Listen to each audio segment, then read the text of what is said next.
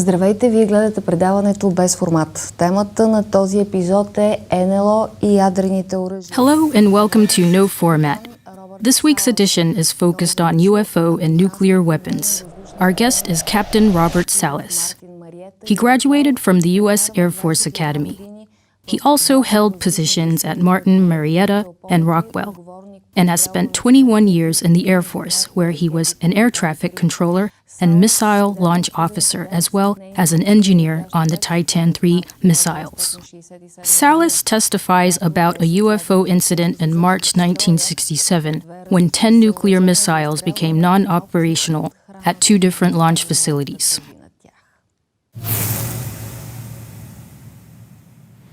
What happened in Maelstrom Air Base in 1967? At that time you were missile launch officer for 10 nuclear warheads? Yes, I was there as on a combat crew. We had control of 10 nuclear missiles, and sometime in the evening I was in command, and I received a phone call from my guards upstairs because we were underground.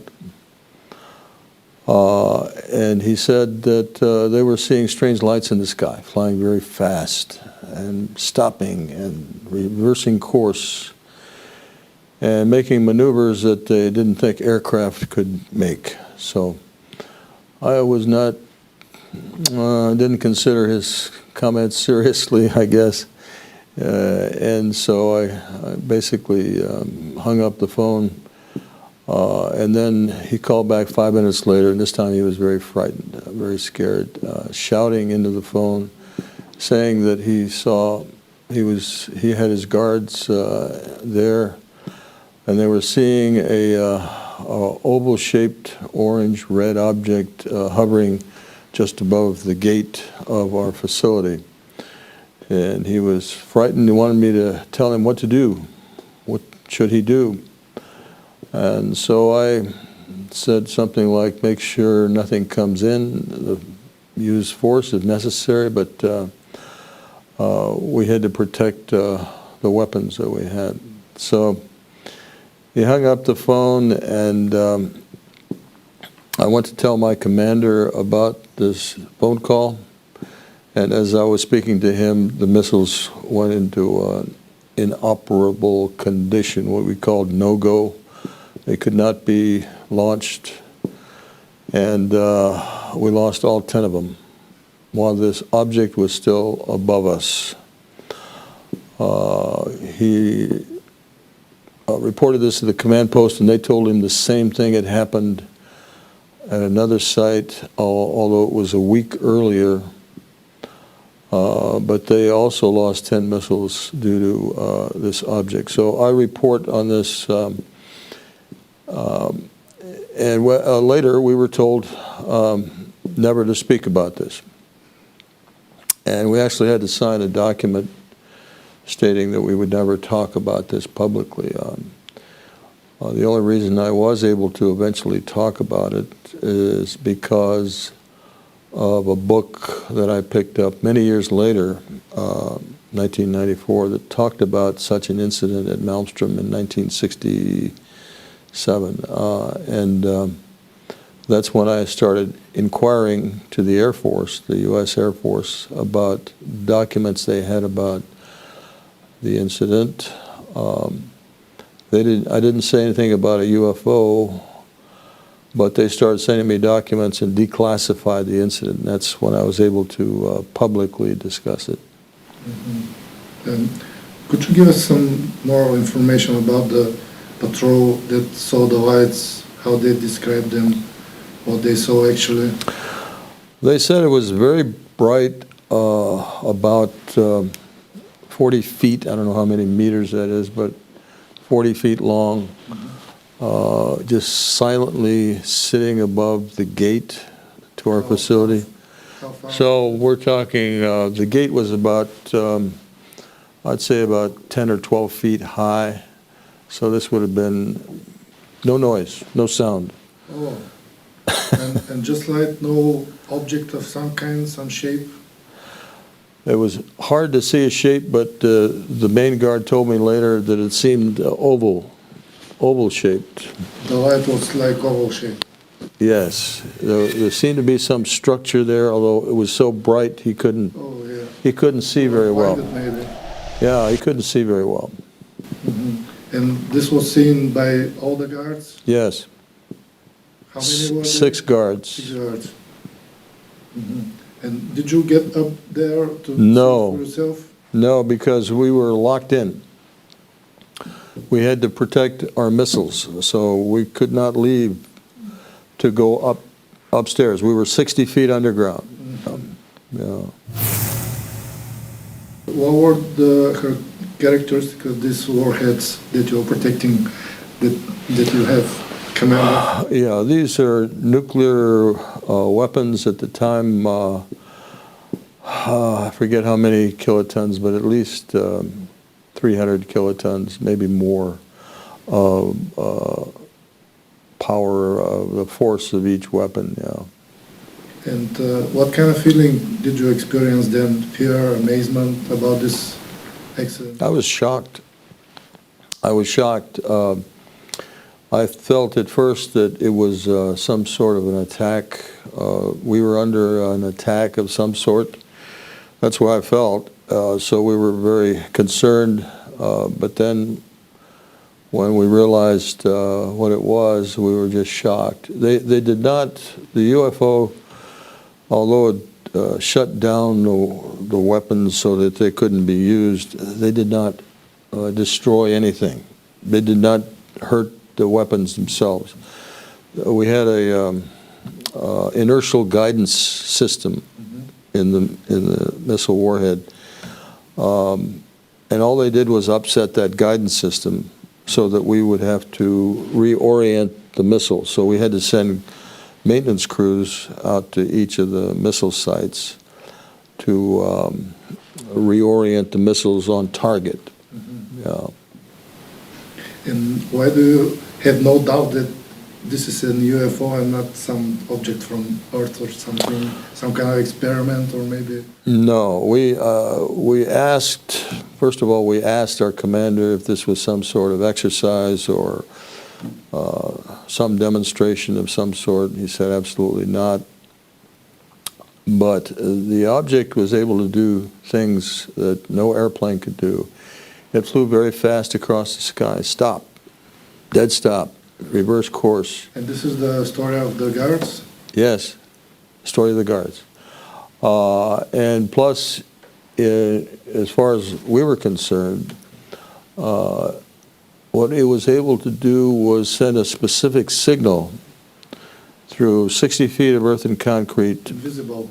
Invisible signal, penetrate the cables we had, penetrate the cables and send a specific signal to each missile to upset a particular piece of equipment.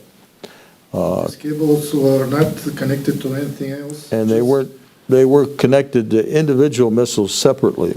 I mean, only the command post and the missiles, that's the only connection? That's correct. That's correct.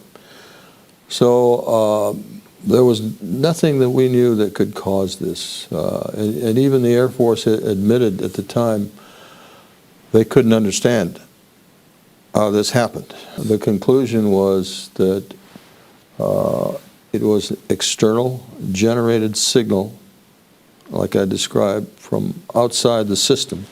It wasn't an error inside the system.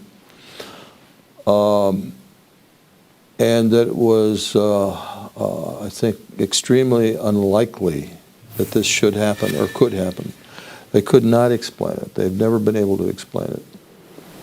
And after declassifying the documents about this case, you requested them, and what was written there? Did you read the reports about the accident? Yes, what I just described came from a report that we received when I asked the government to send us reports. I received many reports, and I'll show the report how it stated that this is impossible, and they could not explain it. And why your story wasn't featured in the Blue Book project? Well, Blue Book had secret files in addition to publicly available files. It had secret files, and it was probably in there. I don't know for sure, but one of the reasons these incidents were not reported was because there was an ongoing investigation about UFOs called the Condon investigation. And that was happening at the same time as this incident occurred. So the Condon investigation did not want this to be investigated by their own investigative team. Basically, it was a cover-up because they did not want this released.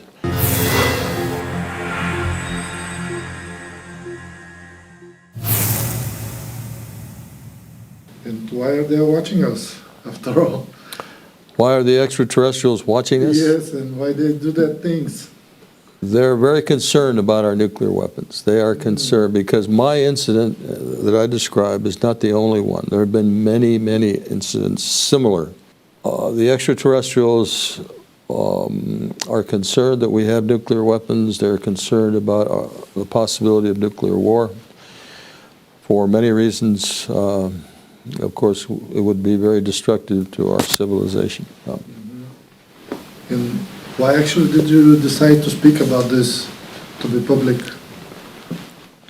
I feel it's my responsibility because I was a witness to it, and I'm responsible to inform the public, and that's why I've been doing it. This is not a matter of making money or being famous or anything else. I'm just trying to inform the public of the reality, number one, that we are being visited by extraterrestrials and that they are very concerned about our nuclear weapons. And did you have some other similar cases in your career? Do you know about something else? Well, I've had other experiences, yes. I don't know if it's appropriate to talk about it here, though. My research, I've researched it over 20 years now. And so, yes, we have contacted other military officers who have had similar experiences. And I read about a case in which a launch missile was disarmed during an experiment, like in flight. Could you tell us a little bit more about this? Yeah, this was 1964 out of Vandenberg Air Force Base. This lieutenant, Robert Jacobs, I think his name is, was filming, videotaping a launch of an Atlas missile with a warhead. This was a simulated warhead. It wasn't an actual warhead, but they wanted to check out the guidance system to... Like a training flight. Training flight, guidance system to the Pacific Test Range out in the Pacific Ocean. And so he videotaped it, very high-resolution videotape at the time. And they came back and saw the videotape. And here was the nose cone, the part that re-enters the atmosphere. And here was this UFO flying circles around the nose cone and sending beams of light at the nose cone. And this was on videotape. It was confirmed by his commander, a Major Mansman. But the tape was confiscated later by the CIA. So nobody's seen it? Nobody in the public has seen this, but Mr. Jacobs has come out publicly and discussed this, yes. And wasn't included in the Blue Book project? Or I don't think it was included in Blue Book. Again, Blue Book had claimed At first they had no secret files, but they actually did have many secret files, and this was one of them.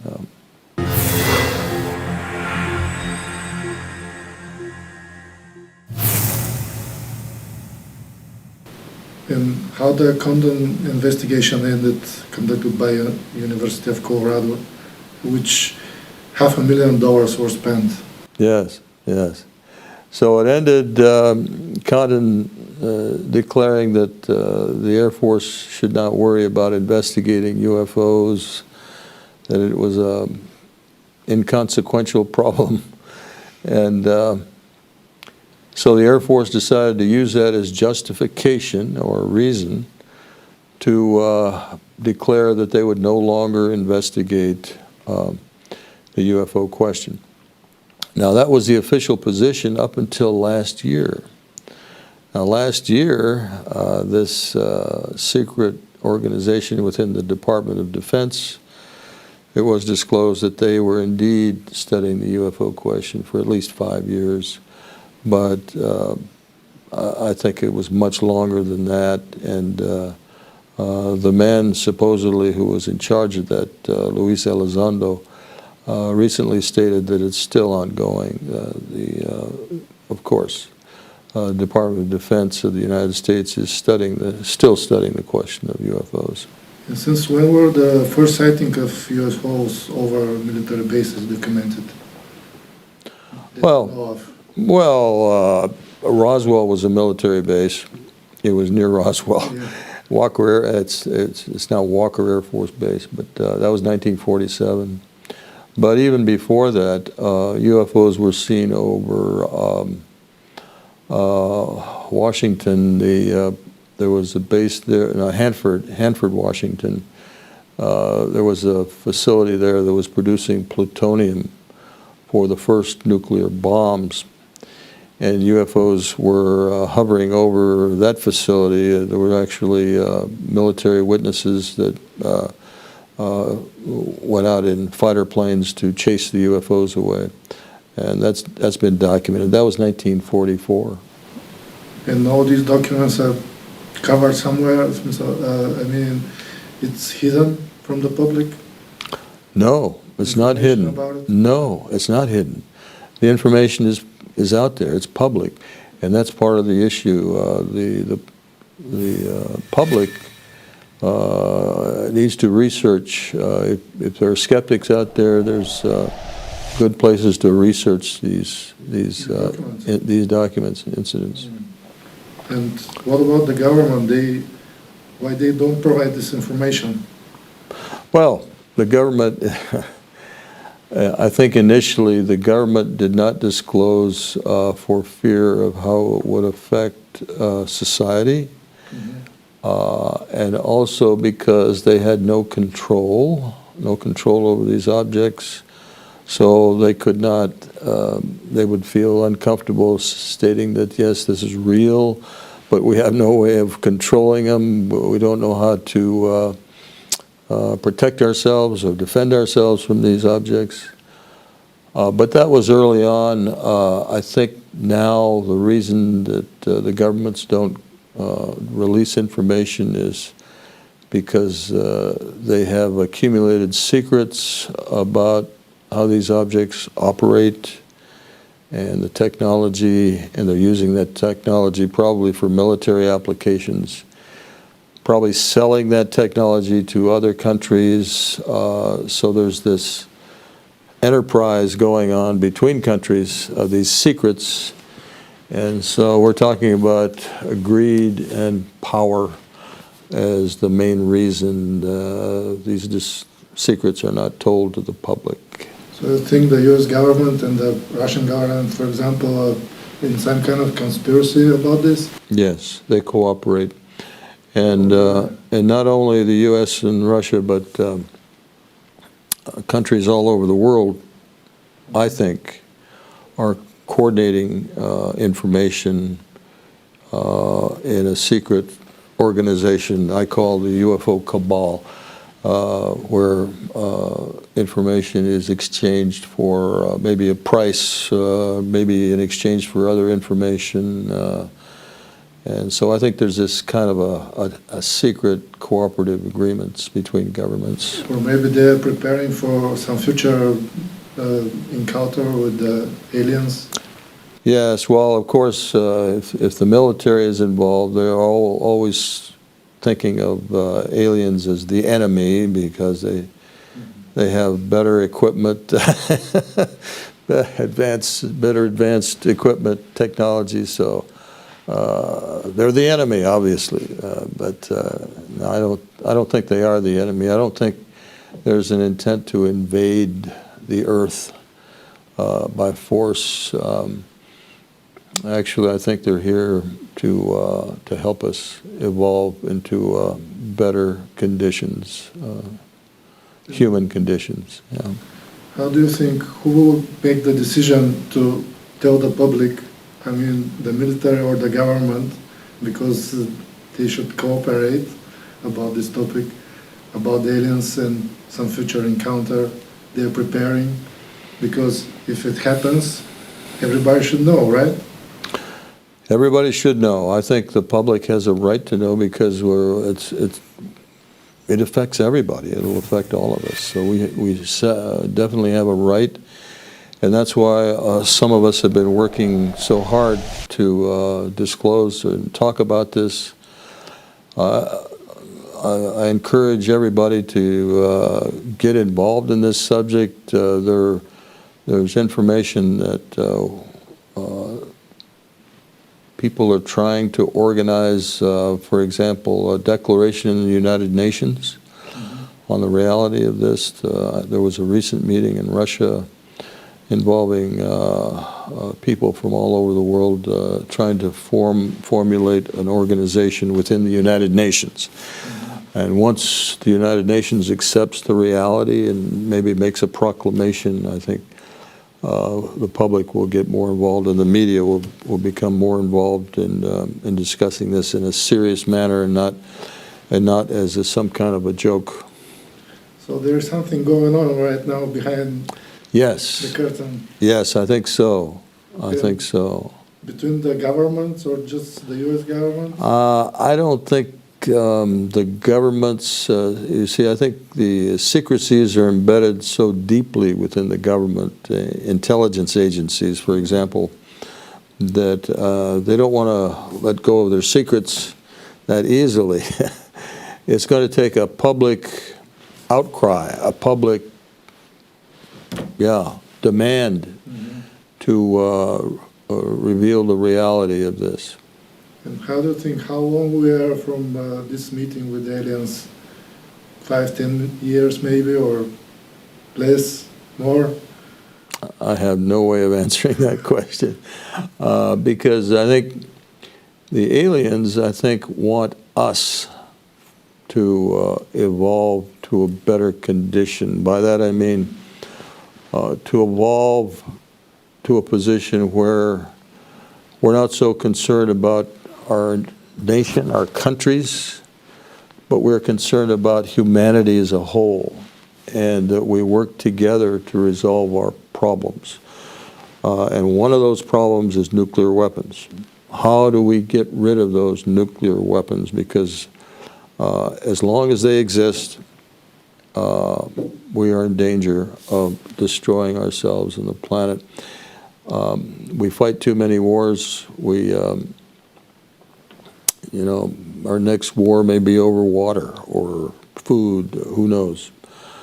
But somehow we've got to be able to evolve peacefully and work together.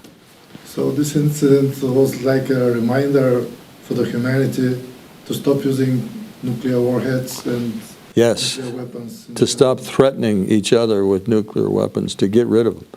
Because nobody wins a nuclear war. Nobody wins a nuclear war. And these warheads still exist? Many. Many?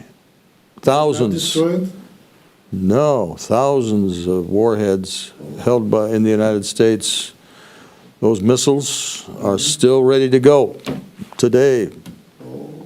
In seconds, they can be launched. And in Russia, and in other countries.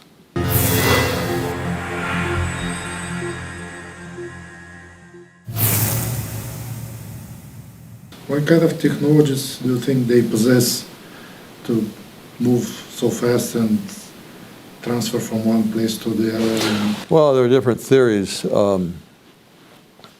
because they go so fast that we can't understand how they can be in the craft and accelerate over 500 Gs, force against their bodies at the speeds they're traveling. And the inertial forces. How are they able to travel so fast, stop, reverse course? Some people have talked about them disappearing in front of their eyes, just disappearing. So they can do many things that we don't understand yet. There are theories on how this could work, excuse me, but it's all speculation at this point.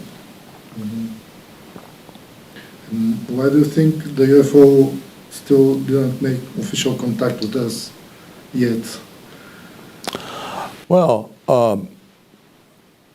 I think they want to see us evolve to so that when we are evolved in the way I described about working together, and they want to see us come to the point where they feel safe making contact with us, and then we can join the cosmic community of other intelligences in the cosmos.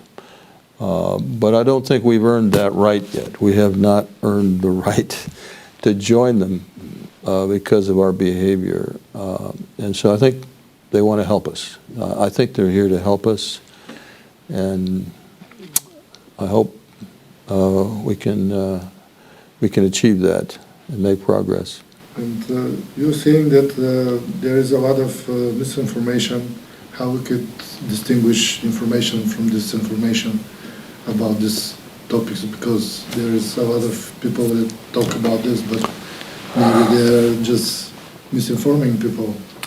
Yes, like I said, I think there's an international cabal, and part of their program is to spread disinformation or confusion about the subject.